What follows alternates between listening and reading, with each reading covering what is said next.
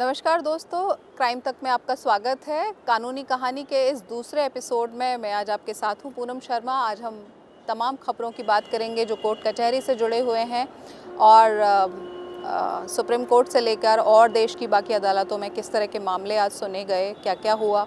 साथ ही मैं आज आपको ये भी बताऊंगी कि हमारे देश में न्याय मिलना सच में कितना मुश्किल है, क्योंकि जो पेंडेंसी है, जो लंबित केसेस हैं, उनकी तादाद कितनी है, क्यों लगातार बढ़ रही है, कोरोना काल में ये कितना और बढ़ी है। ये तमाम दिलचस्प जानकारियां भी आपको देंगे। हालांकि मुकदमे जिस तरह से लगातार बढ़ रहे हैं, उस पर खुद सरकार या लॉ कमीशन मानते हैं कि कोर्ट ज़्यादा और बढ़नी चाहिए, हमारे यहाँ जजेस की नियुक्तियाँ और ज़्यादा होनी चाहिए। लेकिन अभी फ़िलहाल किस तरह के हालात हैं, ये मैं आपको सिलसिलेवार बताऊँगी। फ़िलहाल अभी खबरों की शुरुआत करते हैं कि कौन कौन सी कोर्ट की ऐसी खबरें हैं जो आज सुर्खियों में रही। तो सुप्रीम कोर्ट से शुरू करते हैं। सुप्रीम कोर्ट ने आज एक याचिका जो लगाई गई थी कि जो समान उम्र है शादी की, वो महिला और पुरुष दोनों के लिए होनी चाहिए बराबर, क्योंकि हमारे देश में जैसा आप जानते हैं कि फ़ीमेल के लिए जो मैरिजेबल एज है वो 18 साल रखी गई है, पुरुषों के लिए ये 21 साल रखी गई है। तो इसको चैलेंज किया गया है अलग अलग कोर्ट्स में। दिल्ली हाई कोर्ट में भी चैलेंज किया गया है, राजस्थान हाई कोर्ट में भी चैलेंज किया गया है। अलग अलग उसमें ग्राउंड्स दिए गए हैं।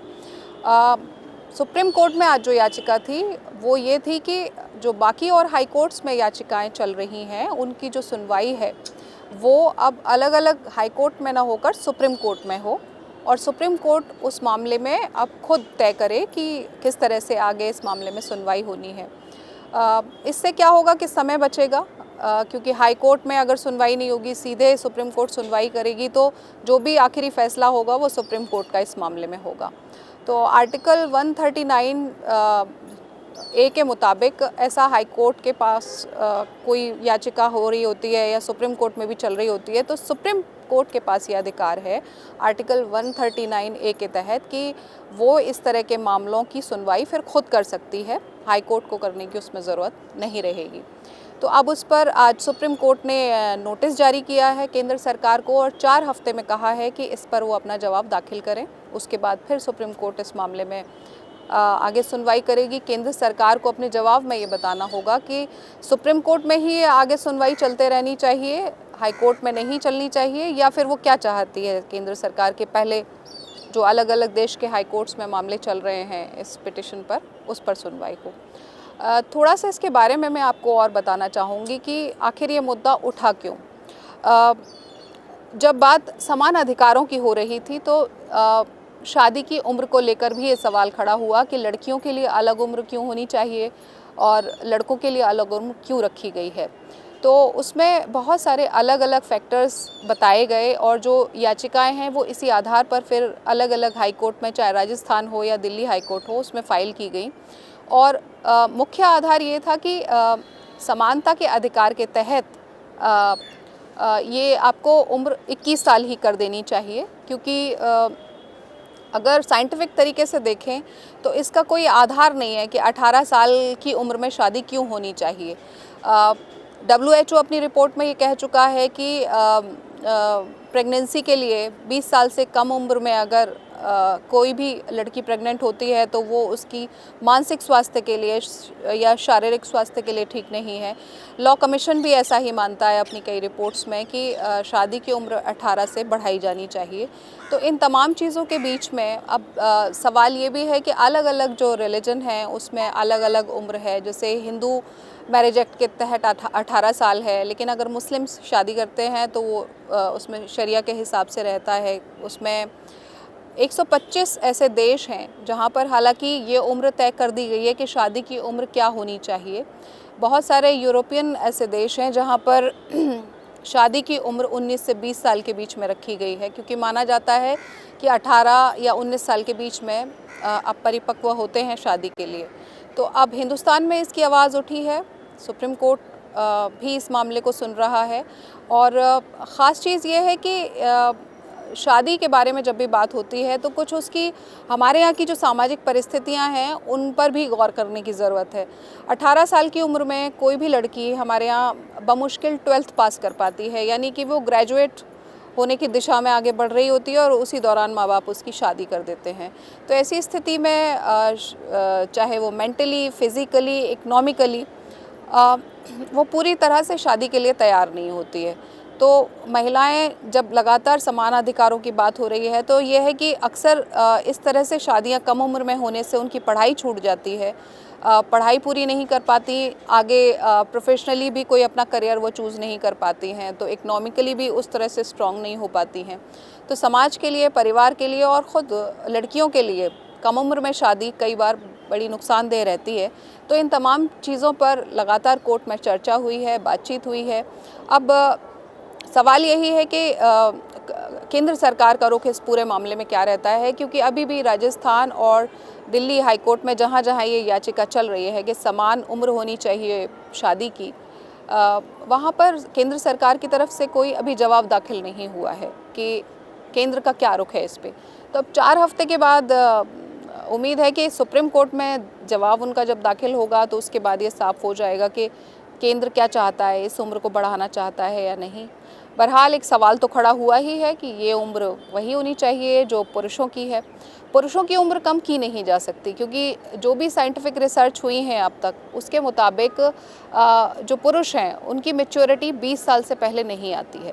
तो सवाल अब यही है कि 20 साल से पहले जब नहीं आती और 21 साल पहले ही तय कर दी गई है तो उसको तो घटाया नहीं जा सकता है, लेकिन महिलाओं के लिए जो उम्र तय की गई है शादी की उसे ज़रूर बढ़ाया जा सकता है। कोर्ट के मामले हैं, कई साल लग जाते हैं इन सब तमाम चीज़ों को तय होने में, लेकिन जब तय होती हैं तो समाज में इसका बड़ा असर देखने को मिलता है। दूसरी खबर मैं आपको आज दिल्ली हाई कोर्ट से बताती हूँ, जो दिल्ली में ही जो किसान आंदोलन चल रहा है उससे जुड़ी हुई है। दरअसल एक याचिका लगाई गई थी कि किसान आंदोलन के दौरान जो 26 और 27 तारीख में हमने देखा कि दिल्ली में वायलेंस की घटनाएं हुई, उस दौरान बहुत सारे लोगों को इलीगली डिटेन किया गया, यानी गैरकानूनी रूप से पुलिस ने हिरासत में लिया, ऐसा आरोप इस याचिका में लगाया गया था और मांग की गई थी कोर्ट में कि इन तमाम लोगों को रिहा करवाया जाना चाहिए। आज सुनवाई भी हुई हाई कोर्ट में इसको लेकर, लेकिन कोर्ट ने कहा कि उन्हें ये याचिका जो है वो पब्लिक इंटरेस्ट में नहीं दिखाई दे रही है, बल्कि ये पब्लिसिटी स्टंट ज़्यादा नज़र आ रहा है। और कोर्ट ने उसके पुख्ता कारण भी दिए। उन्होंने जो याचिका करता है उसकी इंटेंशन पर सवाल ये कहते हुए खड़ा किया कि आप खुद ही बता रहे हैं कि 15 परिवारों से आप मिले हैं जिनके बच्चे लापता हैं, जिनके घरों से लोग लापता हैं, जो प्रोटेस्ट में गए थे घर वापस नहीं लौटे। तो आपने इन 15 लोगों के एफिडेविट कोर्ट में क्यों नहीं लगाए, क्यों हलफनामे आपने नहीं लगाए, ये बताते हुए कि हाँ वो व्यक्ति कहे कि हमारे परिवार का जो व्यक्ति है वो मिसिंग है। तो अपने आप में ये कई सवाल खड़ा कर रहा है आपकी खुद की याचिका, और कोर्ट ने साफ कर दिया कि वो इस मामले में सुनवाई नहीं करना चाहते हैं। और उसका कारण यही है कि इन्वेस्टिगेटिंग एजेंसीज पहले ही इस मामले की सुनवाई पहले ही इस मामले को इन्वेस्टिगेट कर रही हैं, तो कोर्ट नहीं कोई ऐसा आदेश करेगा। याचिका में कहा गया था कि स्टेटस रिपोर्ट मंगानी चाहिए, लेकिन कोर्ट ने उससे भी साफ इनकार कर दिया। याचिका पर सुनवाई से इनकार करने के साथ साथ हालांकि कोर्ट ने इन्वेस्टिगेटिंग एजेंसीज़ को ये ज़रूर बोला कि इस पूरे मामले को एक्सपीडाइट किया जाए, और अगर ऐसा कहीं है कि किसी के खिलाफ एफआईआर है और किसी को डिटेन भी किया गया है तो तुरंत 24 घंटे के भीतर मजिस्ट्रेट के सामने पेश किया जाए। लेकिन कुल मिलाकर कोर्ट ने ये साफ कर दिया कि इन्वेस्टिगेटिंग एजेंसीज़ जो अपना काम कर रही हैं या पुलिस के साथ जो कुछ भी हुआ उसमें अगर कोर्ट को ये ही नहीं पता है कि किस मामले में डिटेन किया गया है, एफआईआर में किस तरह की धाराएं लगी गई हैं, तो वेगली कोर्ट ये ऑर्डर नहीं कर सकती कि उन तमाम लोगों को आप छोड़ दीजिए। ये पुलिस के लिए भी मॉरली डाउन करने वाली चीज़ होगी। तो कोर्ट ने इन तमाम चीज़ों को सुना, अपना व्यू रखा और फाइनली डिस्पोज ऑफ कर दिया इस याचिका को। किसी तरह की कोई राहत याचिकाकर्ता को नहीं मिली, जिसने कहा था कि 26 जनवरी के दौरान जिन लोगों को इलीगली डिटेन किया गया है उन तमाम लोगों को तुरंत रिलीज़ कर दिया जाए।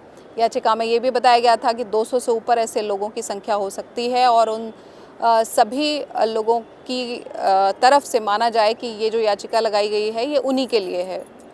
तो लेकिन कोर्ट ने कहा कि ऐसे कोई ऑर्डर पास नहीं होता है जब तक हमें पता ही नहीं है कि किस मामले में गिरफ्तारी हुई है, क्या क्या आरोप हैं, एफआईआर में क्या क्या लिखा गया है, ये नहीं किया जा सकता है। अ, ये कोर्ट की कुछ बड़ी खबरें थी आज की, लेकिन अब कुछ आपको मैं कानूनी जो मुकदमे हमारे देश में चल रहे हैं, लंबित हैं बरसों से। कई बार हम देखते हैं कि कई कई मामले 40-40, 50-50 साल तक चलते हैं। तो अभी क्या स्थिति है देश में कोर्ट केसेस की, ये हालांकि बहुत गंभीर सवाल है और इसका जवाब भी उतना ही परेशान करने वाला है। अभी हमारे देश में तकरीबन 3.5 करोड़ मामले, जी हाँ 3.5 करोड़ मामले हैं हमारे देश में, जो अभी अलग अलग देश की अदालतों में लंबित हैं। तो आप अंदाज़ा लगा सकते हैं कि इतने सारे लोग जो हैं, करोड़ों की तादाद में, वो अभी भी न्याय का इंतज़ार कर रहे हैं।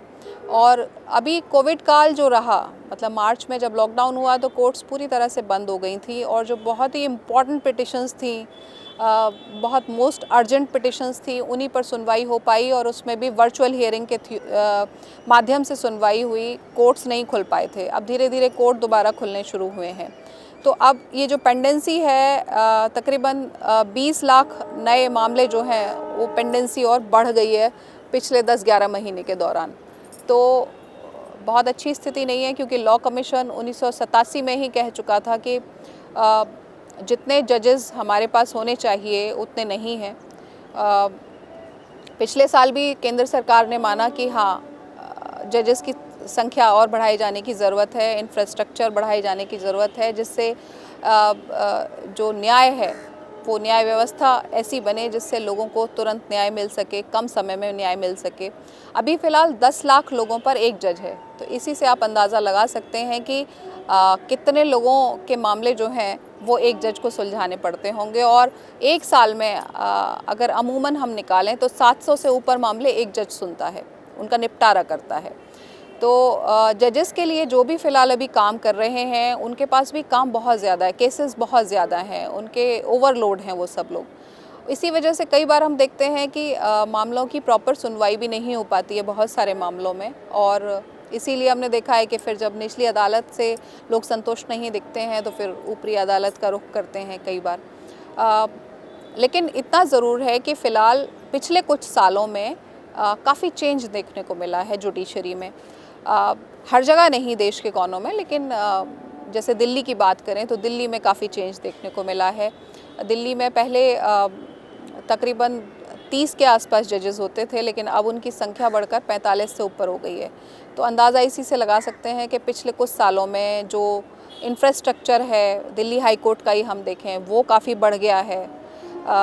जजेस की तादाद बढ़ गई है, कमर्शियल मैटर्स अलग सुने जाने लगे हैं, सिविल मैटर्स अलग सुने जाने लगे हैं। पहले अलग सुने भी जाते थे तो जजेस की तादाद बहुत कम थी, तो इसीलिए एक एक मामले की सुनवाई में 6-6 महीने का समय निकल जाता था।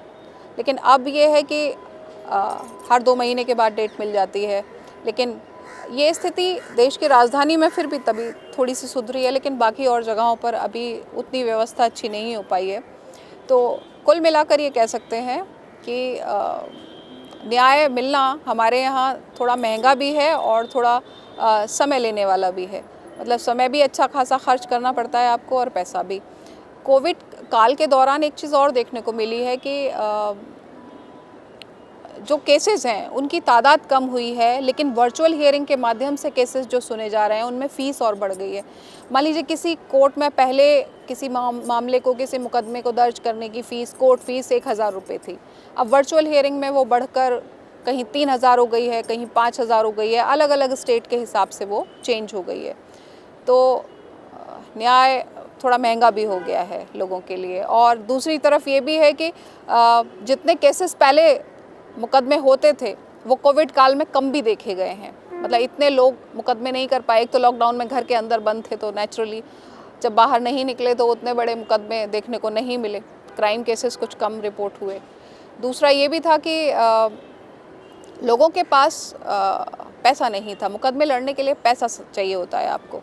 तो कोविड काल में बहुत सारे लोगों ने अपना व्यवसाय में नुकसान किया है, या बहुत सारे लोगों की नौकरियां गई हैं।